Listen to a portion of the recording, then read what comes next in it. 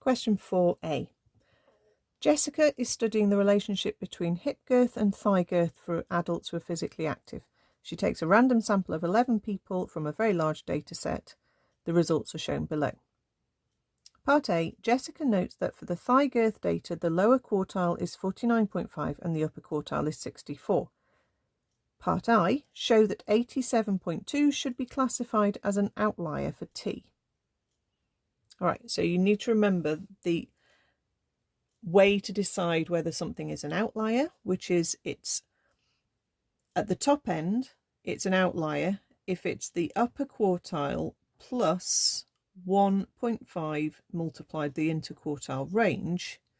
Okay, so if we are above that value, then it would be an outlier. So my interquartile range is my upper quartile minus my lower quartile. Okay, so to start with, we work out 64, take away 49.5, 14.5. We then work out the upper quartile, 64, plus 1.5 lots of 14.5. So 64 plus 1.5 times 14.5 gives us 85.75. So anything above 85.75 would be an outlier. Okay, and 87.2 is above 85.75, therefore it's an outlier at the top end. Part 2. Give a reason why Jessica might exclude the outlier. So you might miss it out if you think it's not valid data.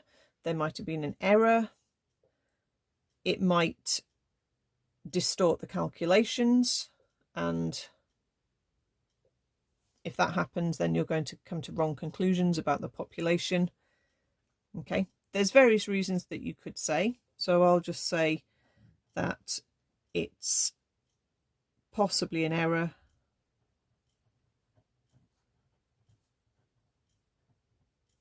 Okay, it might distort the calculations and the conclusions.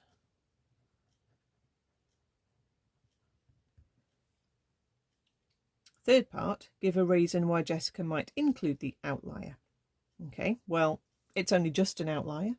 Okay, maybe it's still perfectly valid. Maybe she wants to use all the data. Okay, better to use all the data. The value is only just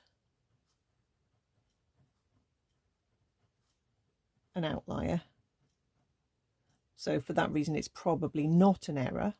Okay, if it was, 187.2, then you would probably think, well, that's not going to be right.